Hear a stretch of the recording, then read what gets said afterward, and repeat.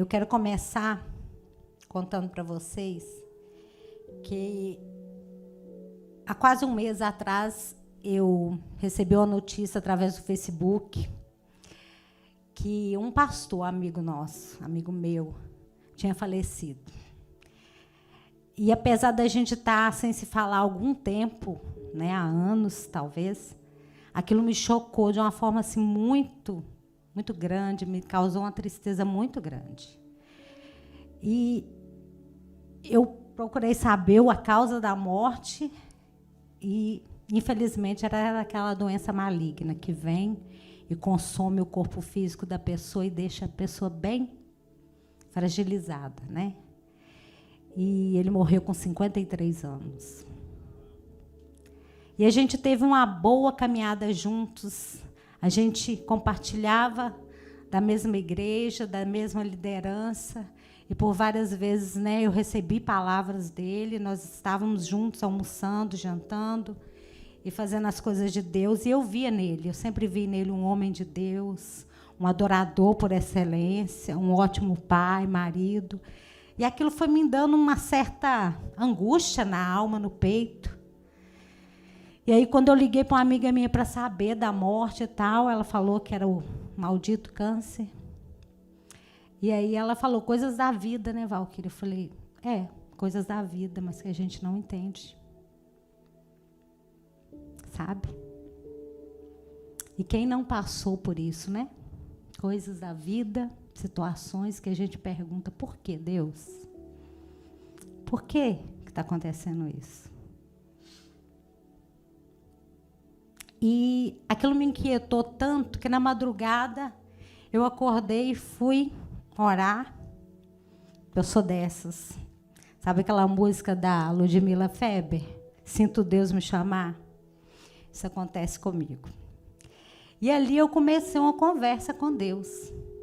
Falando com Deus, Senhor, tem coisas que acontecem e a gente não entende. Como assim? Aquele homem tão novo, com a vida toda pela frente, no auge do seu ministério, uma família linda. Até onde eu sei, ele era um bom filho, que honrava pai e mãe. E aí eu me recordei que esse é um dos mandamentos com promessa de gerar vida, de acrescentar anos de vida. E em meio àqueles questionamentos e conversando mesmo com Deus, assim como eu estou falando com vocês, foi algo tremendo. Imediato Deus falou comigo. E Jesus? Ele só tinha 33 anos. Ele também tinha mãe. Ele também tinha irmãos. E quão terrível foi a morte dele. E naquela hora gerou uma paz no meu coração e gerou uma graça tão grande que eu comecei a agradecer a Deus. Naquela hora cessou, sabe? Aquela angústia. E eu falei, é verdade. Nada pode se comparar ao que Jesus passou, ao que Jesus fez, a todo o exemplo de vida que Deus nos deu. Quando eu vi no Facebook a mensagem, ali tinha várias pessoas falando, né? Prestando a solidariedade, os pêsames e falando. Eu vou me lembrar do pastor como adorador, eu vou me lembrar do pastor como aquele que pregava com ousadia, aquela palavra e citava as palavras. E aquilo assim brotou no meu coração algo tremendo. E que eu confesso que eu relutei para trazer hoje. Porque eu achei muito forte, sabe? E eu comecei a pensar sobre isso, e quando eu vi que eu estava incumbida de trazer a palavra essa noite, eu comecei a perguntar a Deus, Senhor, e aí, que palavra? Que palavra? Que palavra? E era só essa que brotava no meu coração. E eu poderia intitular essa mensagem como Como você gostaria de ser lembrado, lembrada, daqui 50, 100 anos? Você já pensou para parar? Você já pensou nisso? Quando a gente fala disso, a palavra que vem é legado. Alguém já ouviu falar sobre isso? Amém? Vamos abrir lá a palavra de Deus em Jó 19, do 21 ao 27.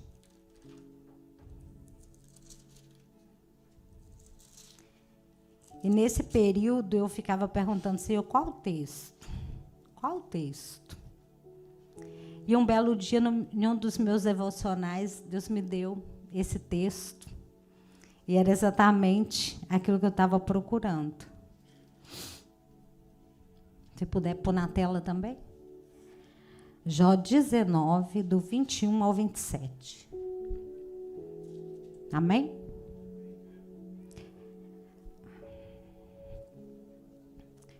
Compadecei-vos de mim, amigos meus, compadecei-vos de mim, porque a mão de Deus me tocou, para que me perseguis, assim como Deus é da minha carne, não vos fartais?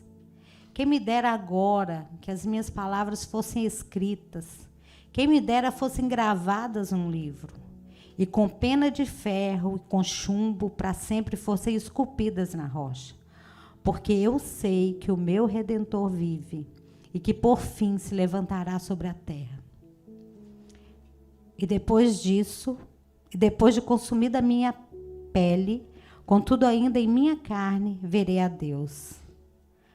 Vê-lo-ei por mim mesmo, os meus olhos, e não outros o contemplarão. Por isso o meu coração se consome no meu peito. Vamos orar? Pai, nessa noite eu estou na tua presença. E como serva do Senhor, eu te peço a tua unção, a tua graça, a tua misericórdia. E peço ao Senhor que venha sobre cada um que aqui está e que fale ao coração de cada um, trazendo a paz, trazendo a cura, trazendo o renovo, trazendo a restauração, trazendo todas as bênçãos que o Senhor tem para nós nessa noite. Que todos aqui saiam edificados pelo poder do nome do Santo Jesus. Amém. Legado. Segundo o dicionário, quer dizer substantivo masculino, e sua origem é do latim legatus. Em termos jurídico, é o que uma pessoa deixa em testamento, último desejo de alguém, efetivado por meio de transferências de valores e de bens, herança. Pode ser também missão destinada a alguém porque está prestes a morrer. No sentido figurado, é o que é passado de geração por geração, como, por exemplo, o legado do meu avô, ou legar suas virtudes aos filhos. E mais uma vez eu quero falar do título. Como que você quer ser lembrado daqui 50, 100 anos? Quando nós pensamos em legado, não temos como falar sem citar alguns nomes da Bíblia. E existem muitos, mas nós vamos falar aqui apenas de alguns. E nessa noite eu quero começar falando de Jó, que foi a qual o texto nós lemos. Como todos já sabem, Jó era um homem de Deus, íntegro, temente a Deus, que se desviava do mal. E apesar dele ter essa vida tão linda, tão devota ao Senhor, era um homem que se preocupava com a sua família, que fazia ofertas pelos seus filhos. Mas um dia ele veio padecer por sofrimentos, por aflições permitidos por Deus. Amém? Jó foi um homem muito rico que viveu na terra de Uz. E a Bíblia diz que ele era íntegro, justo, temente a Deus e que desviava-se do mal. A prova da fidelidade de Jó pode ser vista na afirmação de que ele se desviava do mal. Jó 1:1. E Jó pode ser... O próprio Deus, testemunhou que Jó era o homem mais piedoso e correto que viveu na terra na sua geração. Esse texto eu queria que vocês lessem. Jó 1:8. Olha que coisa linda. E disse o Senhor a Satanás: observastes tu o meu servo Jó? Porque ninguém há na terra semelhante a ele, homem sincero e temente a Deus que se desvia do mal. Deus, ele escolheu Jó justamente por causa dessas características, para passar pelo que Jó passou. O que Deus falaria a seu respeito?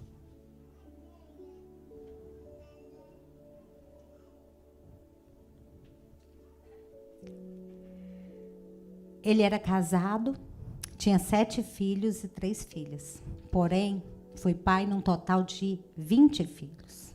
Os primeiros 10 filhos morreram num período de grande sofrimento, a qual ele foi submetido. Mas Deus restaurou a sua sorte e lhe deu o dobro de tudo que possuía. Como nós sabemos pela história, pela Bíblia, a partir dali, Jó começou a viver uma outra situação, a partir daquela palavra que Deus deu a Satanás.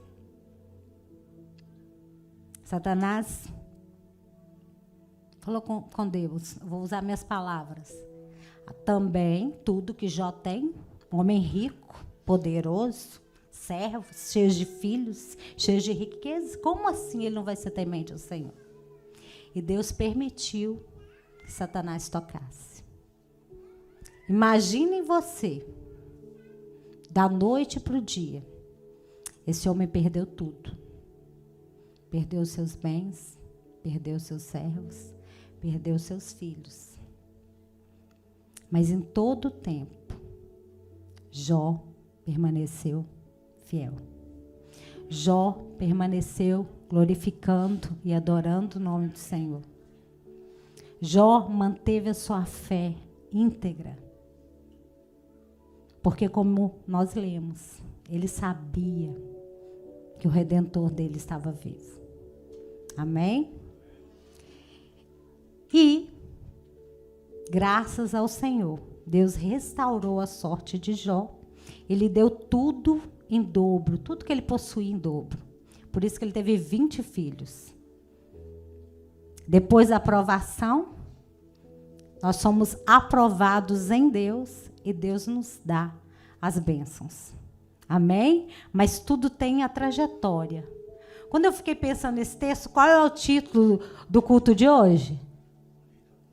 Colheita abundante. Mas, Valquíria, o que isso tem a ver com colheita abundante? A pergunta é, como você quer ser lembrado daqui a 50 anos? Então, isso quer dizer que você não vai estar aqui mais, certo? E o que você espera daí para frente? Essa é a resposta da colheita. Vamos lá? Continuando. E aí, Deus me fez lembrar de um versículo, Salmo 126, 5.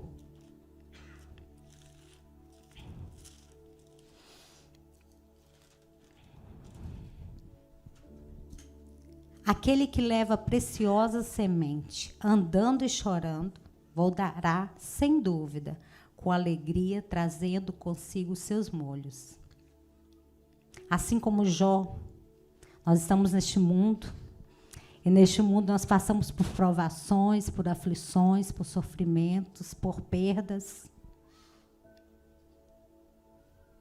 Mas assim como a palavra diz, naquele tempo de semear com lágrimas, sabe que um dia vai chegar a hora da gente colher os nossos molhos.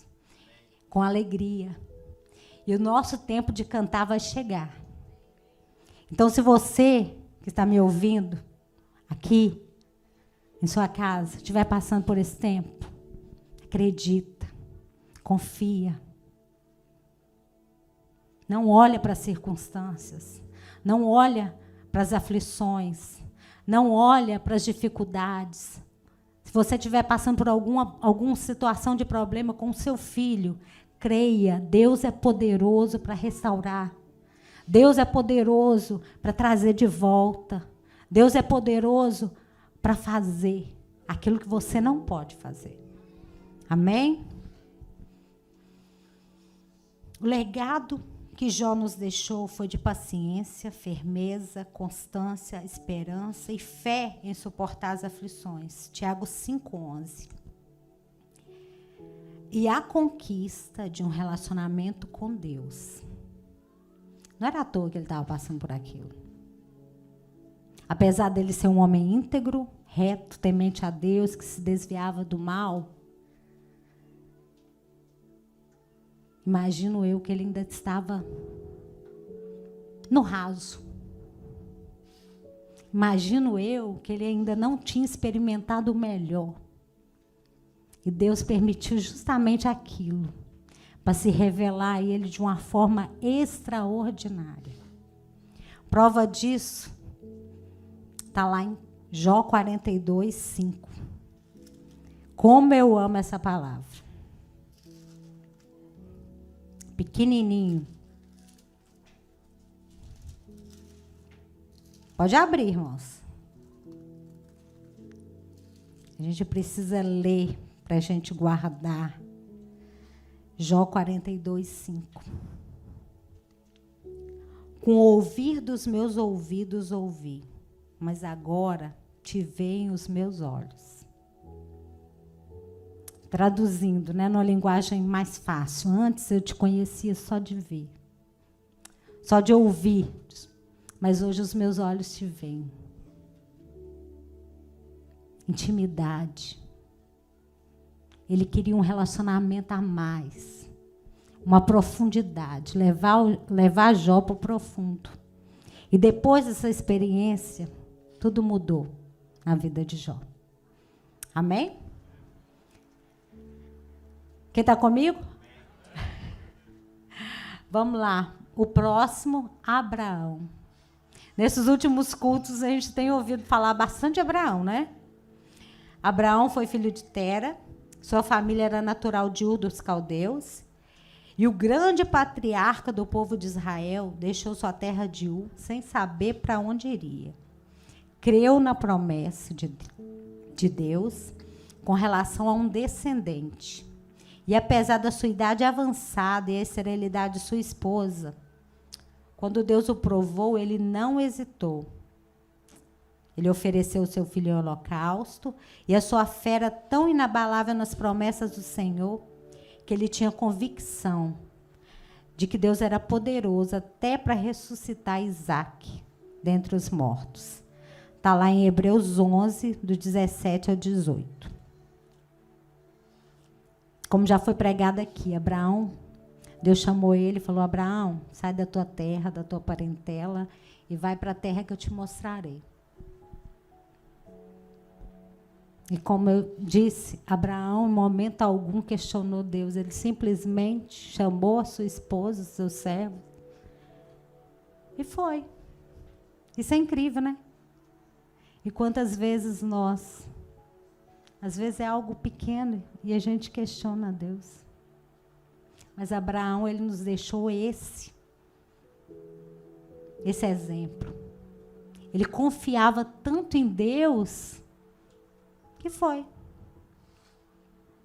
Depois, Deus promete a ele um filho, mas ele já era velho. A sua esposa era estéril. Aos olhos humanos, como assim, Deus? Vou ter filhos? Você, pai de multidões? Mas ele, mais uma vez, creu. E num determinado momento, como Isaac já estava grande, Deus prova ele mais uma vez. Abraão, agora eu quero Isaac. eu quero que você me ofereça Isaac em holocausto. E foi Abraão e Isaac.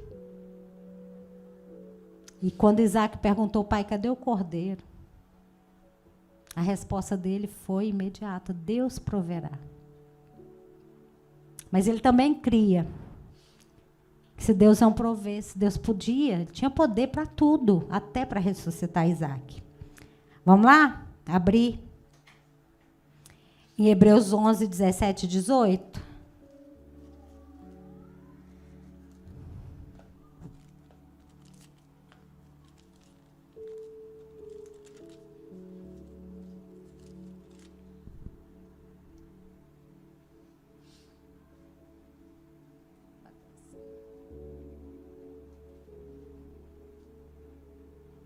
Estou aprendendo a usar essas coisas modernas aqui ainda.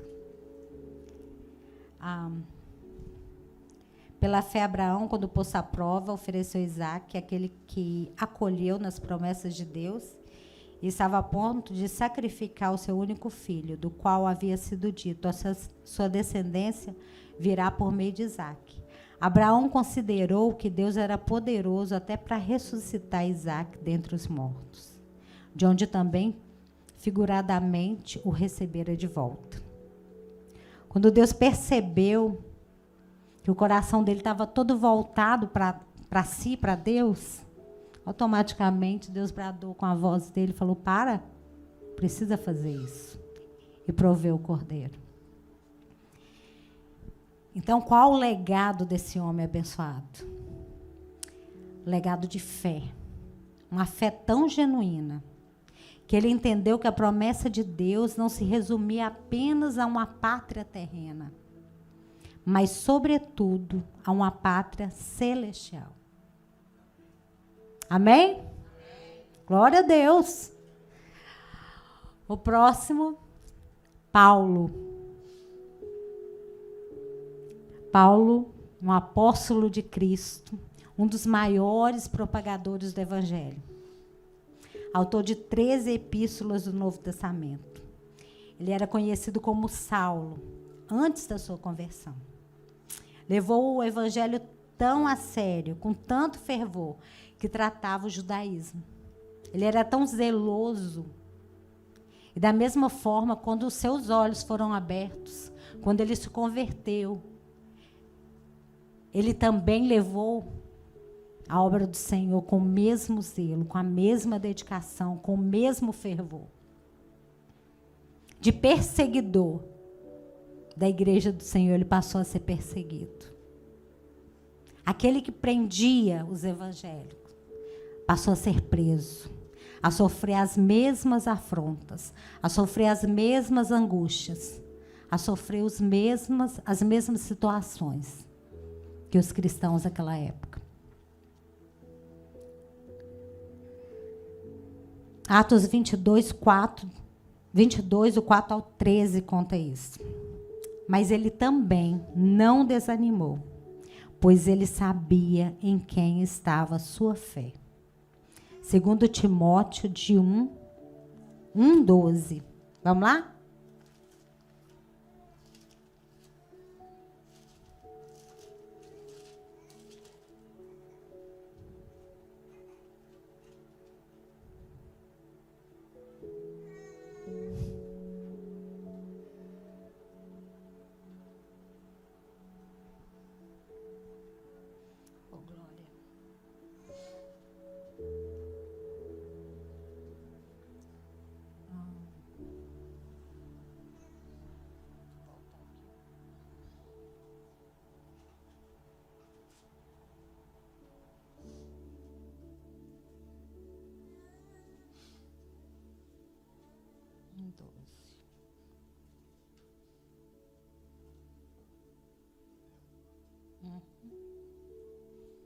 Amém, glória a Deus.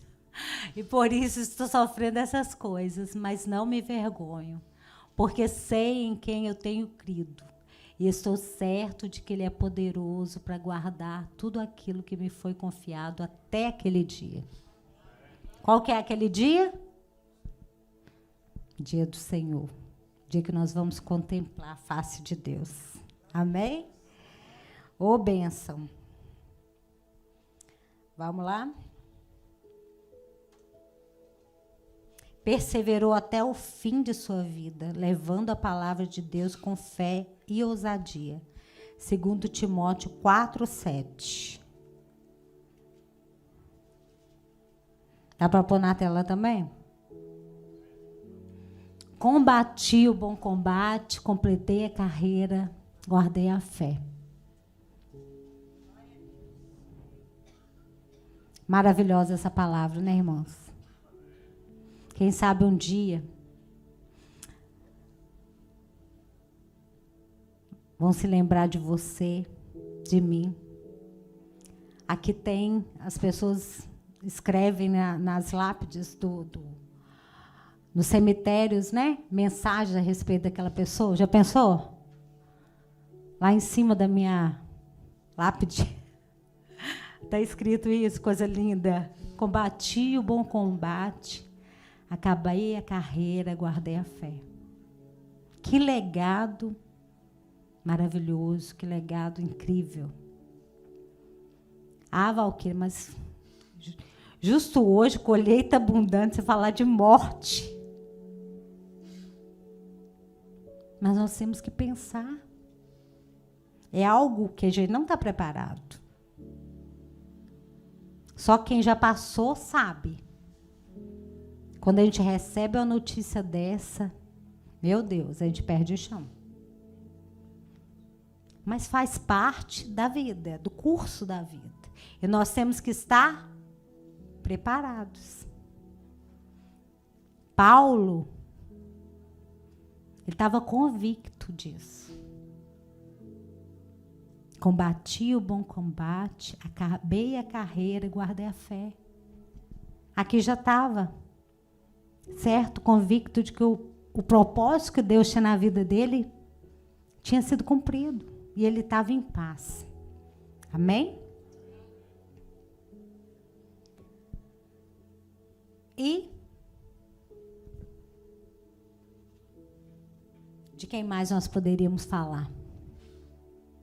O nosso maior exemplo, Jesus. A noite seria pequena para a gente falar de Jesus, do quanto ele fez por nós, do quanto ele nos amou, o quanto ele demonstrou, o quanto ele deixou de legado. Mas eu escrevi aqui algumas coisas. Jesus era o verbo que se fez carne e habitou entre nós. João 1:14. Como homem teve fome. Mateus 4:2. Chorou por seu amigo. João 11:35. Foi tentado. Lucas 4:2-12. Foi humilhado, mas nos deixou muitos exemplos de fé, bondade, humildade, submissão, amor e tantos outros. Muitas pessoas na Bíblia que nos deixaram exemplo. Mas não tem exemplo nenhum que se compara ao de Jesus. Naquela madrugada, quando eu questionei a Deus, ficou claro para mim isso, ficou fácil. Não tem sofrimento que a gente passe nessa terra que possa se comparar. Ele deixou a sua glória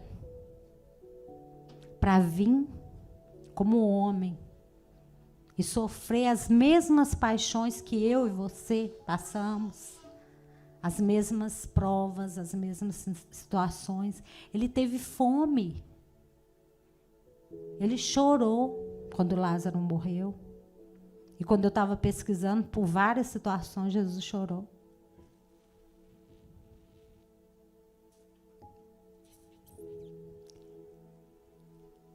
Ele se fez pecado por nós. Ele fez milagres, ele fez curas. Ele foi submisso em todo o tempo. Ele obedeceu a Deus. Isso faz nos refletir sobre a vida, sobre a morte, sobre aquilo que nós queremos deixar para os nossos filhos, para aqueles que estão ao nosso redor, à nossa volta. O que tem falado a seu respeito? A gente pode fazer várias perguntas para a gente mesmo. O que falam de mim? Quem eu sou para o meu vizinho, para a pessoa com quem eu trabalho? Quem eu sou para o meu pastor? Para o irmão que senta do meu lado da igreja? Jesus, ele morreu com 33 anos.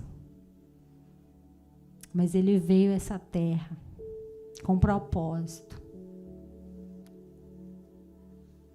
de se entregar. Ele nos amou tanto, tanto, tanto, que ele foi crucificado e sofreu tudo isso por amor a você, por amor a mim, por amor a nós. Então vale a pena a gente tirar esse tempo hoje e fazer essa reflexão. É muito bom falar de bênção, de prosperidade, fazer planos para o ano, de conquista, de sonhos. Ah, esse ano eu quero isso, esse ano eu quero aquilo. Sabe? Mas quando a gente pensa em legado e a gente traz para a palavra de Deus, o que vale a pena você deixar casa, carro, fazenda, empresa para os seus filhos? Mas além disso, porque isso tudo é perecível, o que ele vai guardar da sua pessoa? O que ele vai falar de você para os seus netos? O legado de Cristo é de amor, compromisso e obediência a Deus. Ele se fez pecado por nós para restaurar nossa comunhão com o Pai. Cabe a nós, mediante esse legado, fazer valer a pena. Por isso que eu escolhi essa música, vai valer a pena. Talvez você hoje está lutando na sua casa, no seu lar, por um filho, pelo esposo. Cada um tem sua guerra. E Deus sabe de cada um. Mas eu quero te dizer que vale a pena. Vale a pena você priorizar Deus. Vale a pena você permanecer de pé. Vale a pena esse tempo que você está passando hoje aqui. Vale a pena você deixar de estar na sua casa ou de estar em outros lugares e estar na presença de Deus. Sabe? Porque amanhã é isso que vai ficar para o seu filho. É isso que vai ficar para as pessoas. A mulher de Deus, a mulher de oração, a mulher que servia ao Senhor com integridade. Qual o maior legado que um homem pode deixar? Como que você quer ser lembrado?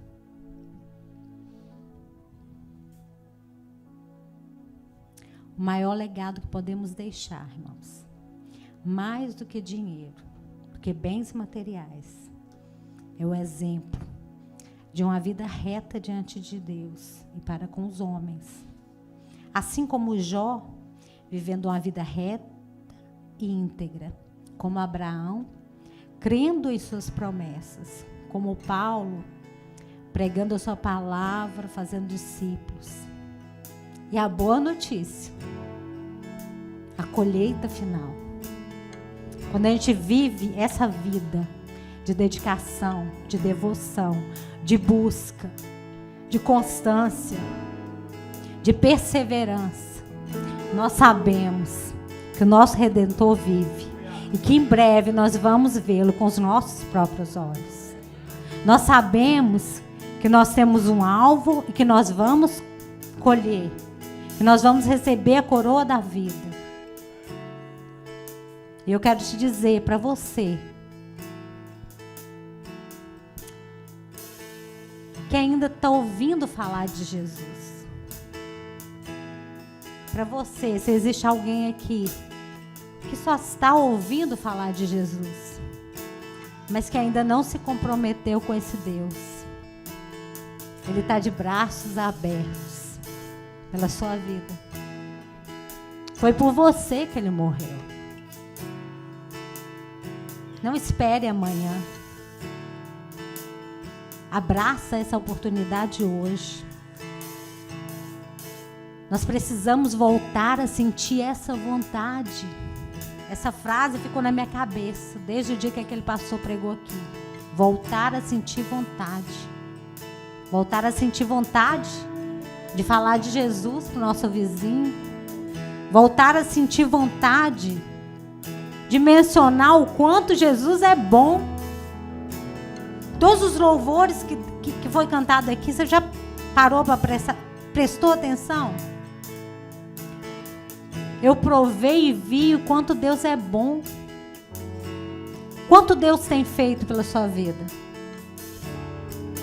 Então vale a pena. Vale a pena servir a Deus. Mais do que frequentar uma igreja.